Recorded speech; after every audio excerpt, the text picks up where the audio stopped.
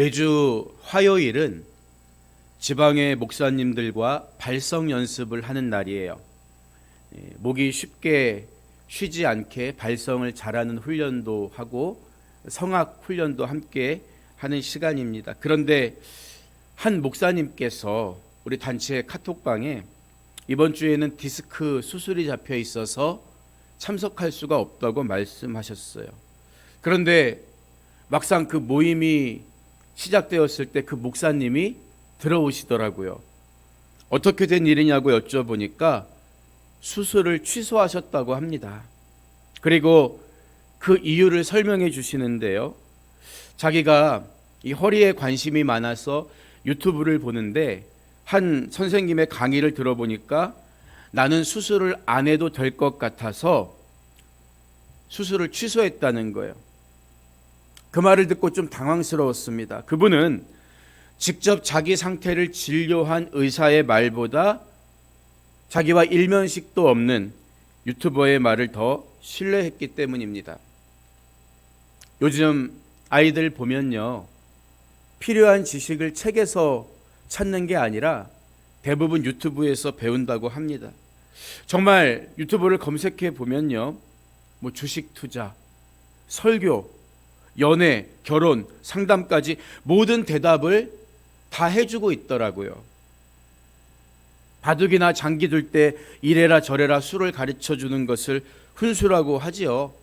훈수는 뺨을 맞으면서도 한다는 말이 있을 정도로 우리는 남의 일에 간섭하는 걸 참 좋아해요. 그렇게 남을 가르치거나 훈수 주는 걸 좋아하는 것은 내 생각이 옳다, 내 생각이 너의 생각보다 낫다는 기본 전제가 깔려 있기 때문입니다. 그런데 가만히 보면요, 우리는 사람에게 훈수 두는 걸 좋아하는 것은 물론 나도 모르게 하나님에게조차 훈수 두려고 할 때가 있는 거예요. 하나님, 이러시면 안 돼요. 이건 보통이고요. 다른 사람을 향해서는 마치 내가 하나님 생각 속에 들어갔다 나온 것처럼 너 그렇게 살면 하나님이 그냥 둘 줄 알아? 어림도 없지. 악담을 퍼붓는 게 일상이 되어버렸어요. 물론 성경 말씀에 근거해서 죄를 지적하는 것 자체는 잘못된 일이라고 할 수 없죠. 설교도 일종의 회개를 권면하는 그런 과정이기 때문입니다. 그러나 하나님의 심정, 긍휼의 마음은 전혀 없고 그저 상대방을 향한 비난과 정죄만 가득하다면 하나님 옆에 두고 훈수 두는 것과 뭐가 다르겠습니까? 함부로 다른 성도를 판단하면서 영적 훈수를 두려는 것은요, 요즘 얘기만이 아니라 초대교회 안에서도 골칫거리였습니다. 그래서 예루살렘 교회의 지도자였던 야고보조차도 형제들아 서로 비방하지 말라. 형제를 비방하는 자나 형제를 판단하는 자는 곧 율법을 비방하고 율법을 판단하는 것이라. 네가 만일 율법을 판단하면 율법의 준행자가 아니요 재판관이로다. 이렇게 책망하고 있잖아요. 율법의 재판관은 하나님밖에 안 계신 거예요. 그래서 우리가 제일 조심해야 할 말이 세상에 나가서는 라떼는 말이야, 이 말이지만 교회 안에서는 내가 경험해 보니까 말이야, 내가 살아보니까 말이야, 이 말이라고요. 아니, 고작 100년도 못 되는 시간을 사는 인간이 내가 살아보니까 자기 경험을 하나님 말씀보다 절대화시켜서야 되겠습니까? 안 되는 거예요. 오늘 우리가 읽기 시작한 욥기 8장에서 이야기를 하는 주체는 욥을 찾아온 3명의 친구 중 한 명인 빌닷입니다. 엘리바스에 대한 욥의 반론과 하나님을 향한 욥의 불평을 들은 빌닷이 앞에 나서서 다시 욥을 재차 반박하는 내용이죠. 본문 1절은 수아 사람 빌닷이 대답하여 이르되 라고 하는데, 수아라는 이름은 창세기 25장에 나오는 아브라함과 그두라 사이에 출생한 아들의 이름과 똑같습니다. 따라서 수아는 아브라함이 후처 그두라를 통해 얻은 아들의 이름인 동시에 그 아들로 이어지는 부족, 그리고 그들이 살던 곳으로 추정되는 유브라데스강 중부 지역을 일컫는 지명이기도 해요. 그런데 수아 사람 빌닷은 욥에게 네가 어느 때까지 이런 말을 하겠으며 어느 때까지 내 입의 말이 거센 바람과 같겠는가? 이렇게 포문을 엽니다. 엘리바스가 비교적 조심스럽게 변론을 시작했다면 두 번째 나이 많은 연장자로 보이는 빌닷은 거침없는 표현들을 쏟아내고 있죠. 내가 어느 때까지 이런 말을 하겠으며, 이 말은 앞서 6장과 7장에 나타난 욥의 변론과 하나님을 향한 호소를 평가절하하는 말들이죠. 그리고 7절, 2절 후반부에서 빌닷은 욥의 말을 거센 바람에 비유했는데, 이것은 당시 그 지역이 낮과 밤의 일교차가 커서 발생하는 돌풍을 의미합니다. 마치 돌풍이 일어나서 가옥과 가축물에 피해를 주었던 것처럼 너의 말이 거칠고 무익하기 짝이 없구나, 거센 바람 같구나, 이렇게 말하고 있는 거예요. 그런데 흥미로운 것은 빌닷이라는 이름의 뜻이 논쟁의 아들이라는 의미예요. 이것은 그가 논쟁에 능하거나 논쟁을 즐긴 사람이었기 때문에 붙여진 이름일 수도 있습니다. 이 주석을 보면서 저도 뜨끔했거든요. 저도 MBTI가 ENTP인데 타고난 논쟁가, 논쟁 자체를 즐기는 기질이 있는 사람, 이렇게 평가가 나오더라고요. 그래서 이제 욥기 전체를 보면 친구들 중에 빌닷이 유독 욥과 가장 격렬한 논쟁을 벌인다는 것을 확인하게 됩니다. 앞서 욥을 정죄했던 엘리바스가 그래도 다소 동정적인 면모를 보였고, 뒤에 나올 이제 소발이 거칠고 둔하기는 하지만 어느 정도 유보적인 태도를 취하는 반면, 빌닷은 악한 자는 항상 고난 가운데 처하게 된다, 그것이 전통이고 경험이고 그것이 진리다, 이것을 끊임없이 상기시키면서 욥의 아픈 이 현실을 집요하게 공격합니다. 본문 3절에서 빌닷은 하나님이 어찌 정의를 굽게 하시겠으며 전능하신 이가 어찌 공의를 굽게 하시겠는가, 이렇게 말하고 있어요. 앞선 7장에서 욥이 하나님 왜 까닭 없이 저를 찾아오셔서 계속해서 괴롭히십니까? 그러시면 저 세상에서 찾지 못할 거예요. 저는 스올로 내려가 버리고 말 거예요. 이렇게 탄원했는데 그 말 자체가 틀려먹었다고 책망하고 있는 거거든요. 빌닷의 1차 변론의 요지는 역사와 경험, 전통으로 볼 때 욥이 겪고 있는 고난은 자신이든 욥 자신이든 그의 자녀들이든 모두 다 죄의 결과이고, 그걸 인정하고 돌이켜야 비로소 이 고통이 종지부를 찍게 된다. 그게 우리가 신앙생활을 통해 얻은 경험이고 전통이고 지혜다, 이 얘기하는 거예요. 버티면 버틸수록, 하나님께 원망하면 원망할수록 더 큰 고통이 찾아오게 되고, 그것은 전부 욥 너의 책임이지 어디 감히 하나님께 따지고 덤벼들어, 이 말이거든요. 과연 논쟁의 아들 빌닷, 그 이름답게 자기 판단에 대해서 한치의 물러섬이 없습니다. 그래서 그는 4절에서 네 자녀들이 주께 죄를 지었으므로 주께서 그들을 그 죄에 버려두셨나니, 이 말로 욥의 비통한 심정을 또 한 번 찔러요. 10명이나 되는 사랑하는 자식들을 한꺼번에 잃어버린 욥에게, 야, 그들이 죽은 거 모두 그들의 죄 때문이야, 하나님이 그들을 심판 가운데 내버려 주셨어, 죽이신 거야, 단정 지은 거죠. 여러분, 이 말은 비참한 고통 가운데 있는 욥의 마음에 대못을 박는 너무나 잔인한 말이죠. 더군다나 자녀들이 혹 알지 못하는 죄를 짓지 않았을까 염려해서 그들을 위한 제사를 드렸던 욥에게는 수긍하기도 힘든 말이었습니다. 우리 주변에는 본문에 나오는 빌닷처럼 상대방에게 상처를 주는 말과 영적 훈수를 남발하면서 내가 언제 틀린 말 했어? 나를 세우는 사람들이 있습니다. 때로는 스스로 믿음이 있다고 생각하는 사람들이 하나님을 모르는 사람들보다 잔인해질 수도 있는 거예요. 그들은 세상에서 얻은 경험이나 자기의 영적 체험을 맹신하면서 그것으로 남을 판단하는 것을 조금도 두려워하지 않습니다. 마치 하나님의 생각과 계획을 자기만 아는 것처럼 내가 살아보니까 그게 맞다고 주장하는 거지요. 솔직히 저는 이런 분들이 제일 부담스럽습니다. 하지만 어떻게 내가 아는 것만이 진리일 수가 있겠습니까? 빌닷의 논리대로라면 이 세상에서 질병으로 고통받거나 어려운 문제를 만나서 괴로워하는 사람들은 모두 자신의 죄에 대한 하나님의 심판을 받고 있는 것으로 결론 내릴 수밖에 없다고요. 하지만 이런 빌닷의 주장은 일면 타당한 것처럼 보이지만 하나님의 역사와 행하시는 일을 오해하게 만들 위험성이 있습니다. 여러분, 예수님 뭐라고 말씀했어요?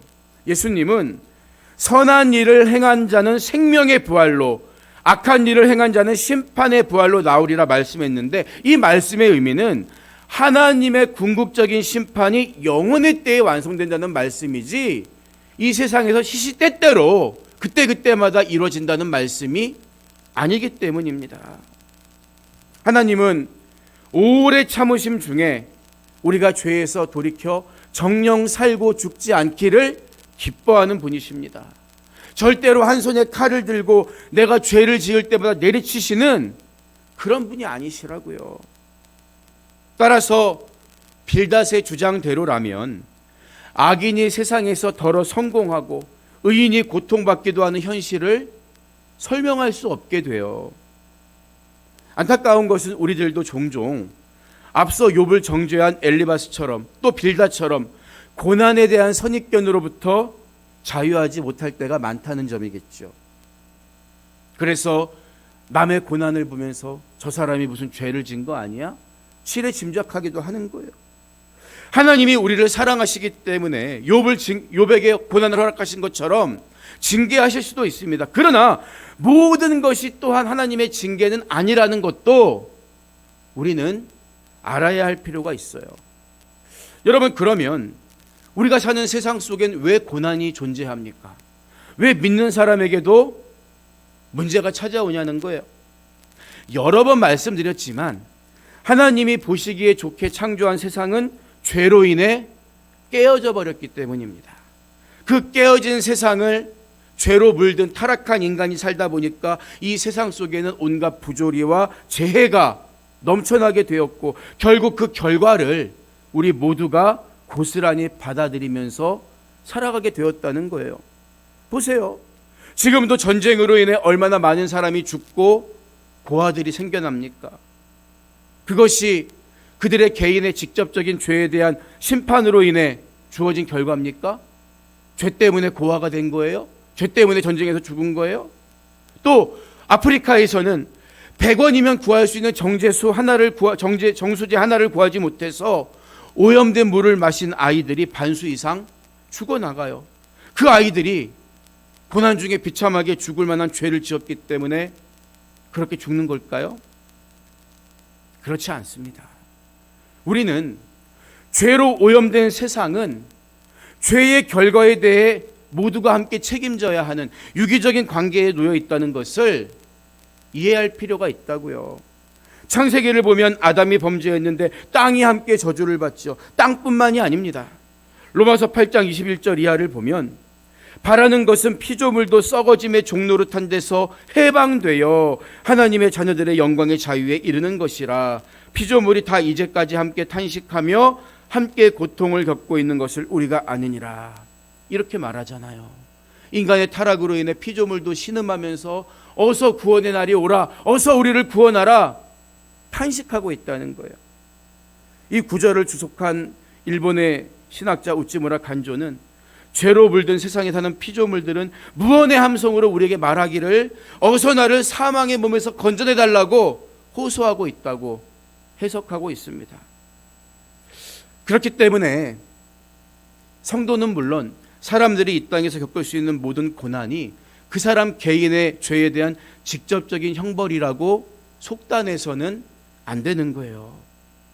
우리가 열심히 신앙생활을 해도 인간의 탐욕으로 인한 가축의 질병, 그 피해를 우리 모두가 겪는 것입니다. 국가 지도자들의 욕심으로 인한 전쟁의 위협, 잘못된 생활 습관으로 인한 대가까지 우리는 모든 것에 대해서 연관되어 있는 세상을 살고 있기 때문입니다. 욥처럼 특별한 이유로 고난받는 사람도 있을 수 있고 징계로 인한 고난이 주어질 때도 있겠지만 대부분의 사람들에게 찾아오는 질병과 고난은 죄로 인해서 깨어진 세상 속에 직면하게 되는 현실 가운데 하나다. 우리는 이것을 기억해야 하는 거예요. 하지만 자녀들의 죽음까지도 죄의 결과로 몰아간 빌닷은 이제는 마치 요백의 살 길을 열어주는 것처럼 말을 이어가요. 우리 속담을 보면 병 주고 약 준다, 이런 말이 있죠.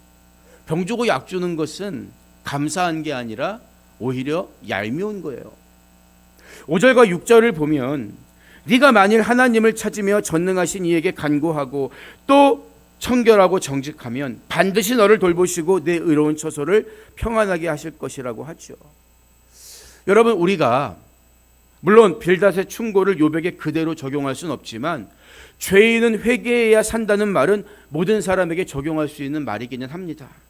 물론 죄인이 회개했다고 해서 하나님이 그에게 당장 복을 베푸시는 것은 아닙니다. 어느 목사님의 표현처럼 회개란 하나님 입장에서 마이너스 1이 된 사람이 도로 영의 자리를 찾아가는 것과 마찬가지이기 때문이죠. 그러니까 회개했다고 해서 하나님께 우리가 큰 소리 칠 수 있는 게 아니에요. 회개했어도 세상적인 복은 받지 못할 수도 있습니다. 하지만 보편적으로 하나님은 진정으로 회개하고 당신에게 돌아오는 자에게 형통의 복을 주신다는 거죠.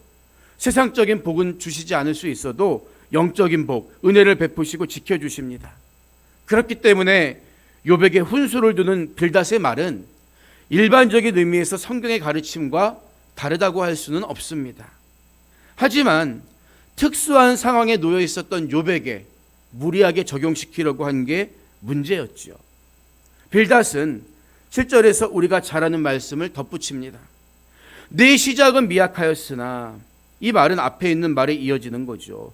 너가 하나님께 회개하고 그분을 찾으면 하나님이 너를 긍휼히 여겨주시지 않겠냐?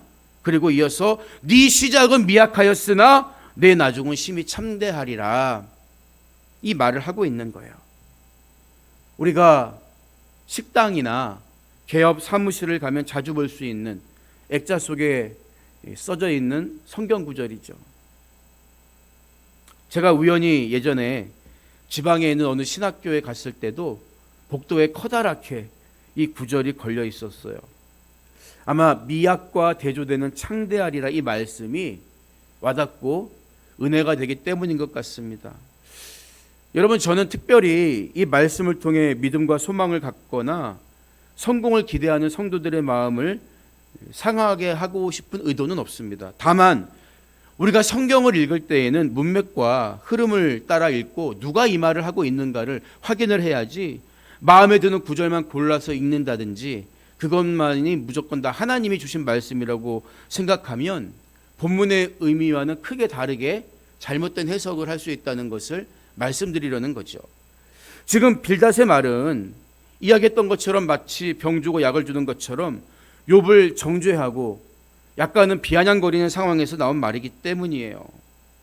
보세요. 우리에게 은혜로운 말이라면 욥에게도 은혜롭게 들렸어야 맞지 않겠습니까? 그런데 왜 빌닷의 말이 욥에게는 연이은 비수처럼 마음에 꽂혔을까요? 전혀 동의가 되지 않았을까요? 그것은 잘 보세요. 빌닷이 말하는 미약함, 이 미약이라는 말이 죄의 결과로 무너져버린 삶을 의미하기 때문입니다. 문맥의 흐름상 우리가 생각하는 것처럼 개업이니까 아직 손님도 없고 부족하지 여러모로 어떤 그런 의미로서 단순히 힘이 없는 부족한 상태의 미약이 아니라 인과응보, 잘못 살아서 찾아온 삶의 시련의 자리를 가리키는 말이기 때문이죠. 그러니까 욥을 향한 빌닷의 충고를 풀어서 말하면 너는 지금 이런 미약한 모습으로 하나님을 원망하고 있지만 그거 다 네가 뿌린 씨앗이야. 죄의 결과야. 그러니까 속히 뉘우치고 돌이켜. 그래야 살 길이 생기고 죽음홍에도 벼들 날이 오지 않겠니? 이 말입니다. 의역을 하면. 그런데 욥은 자기의 미약을 어떻게 해석하고 있어요? 빌닷처럼 죄의 결과로 봅니까? 전혀 그렇지 않죠.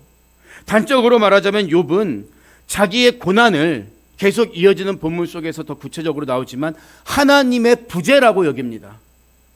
심판자이신 하나님이 이 자리에 당장 오셔서 내 억울함을 해소시켜 주셔야 하는데 하나님 도대체 어디 계십니까? 동으로 가도 안 계시고 서로 가도 안 계시고 답답해 죽겠습니다. 나는 털어도 먼지 안 나는 정금과 같은 사람인데 왜 제가 친구들에게 이런 모욕을 받고 있어야 합니까? 이거거든요. 그러니까 또 그걸 옆에서 지켜보고 있던 엘리바스나 빌닷 같은 사람은 저렇게 교만할 수가 있어 사람이? 아니 어떻게 하나님이 죄도 안 지은 사람에게 심판을 하시고 징계를 가하시겠어? 저런 못된 놈을 봤나? 이렇게 여기고 있는 거죠. 그래서 욥과 친구들의 논쟁이 평행선을 이어가면서 계속 반복되는 거예요. 여기서 우리는 이런 생각을 꼭 해야 합니다. 만약에 욥과 친구들이 하나님의 의도와 뜻을 알았다면 이런 논쟁했을까요? 당연히 안 했겠죠. 그 말인즉슨 하나님의 뜻과 생각을 모르니까 자기들끼리 훈수두고 반박하고 이런 논쟁을 벌이고 있다는 거예요. 여러분, 그러면 우리에게 똑같이 질문할 수 있어요. 우리는 과연 하나님의 생각과 뜻과 계획을 다 압니까?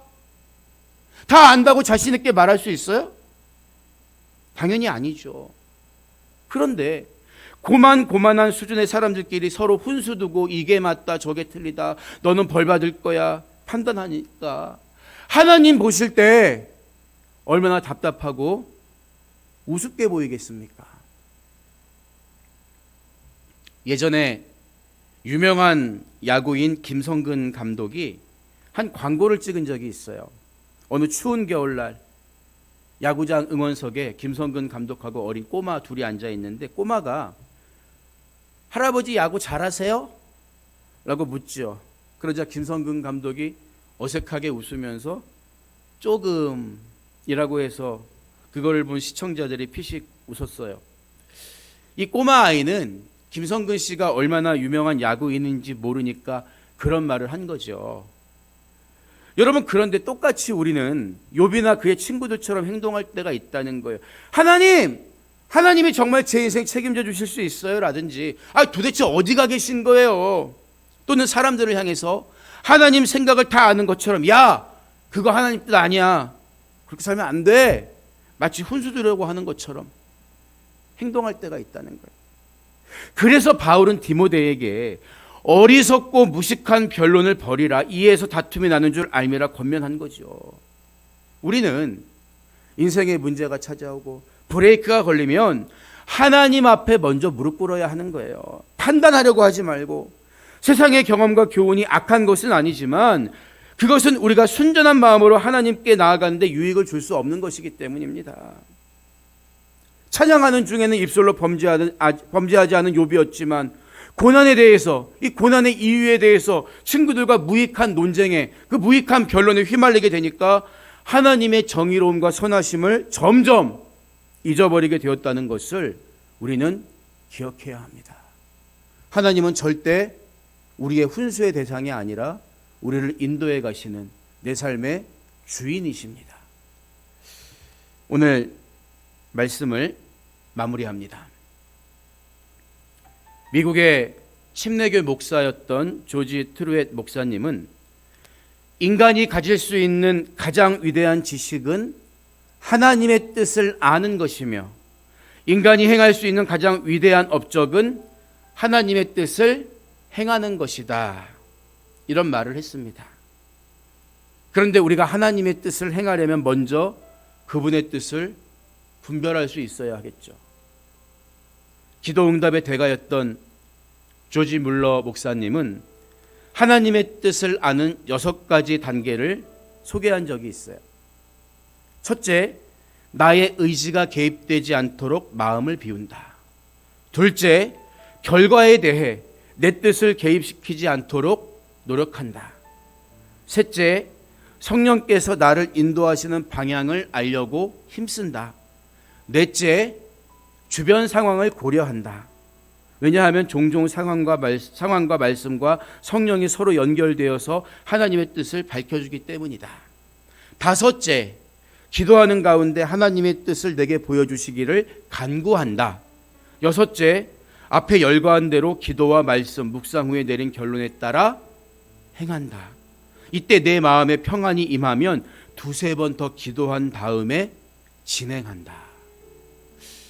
여러분, 기도 응답의 대가였던 조지 물러 목사님조차도 하나님의 뜻을 알고 분별하기 위해서 숙고에 숙고를 거듭했다는 사실이 놀랍지 않습니까?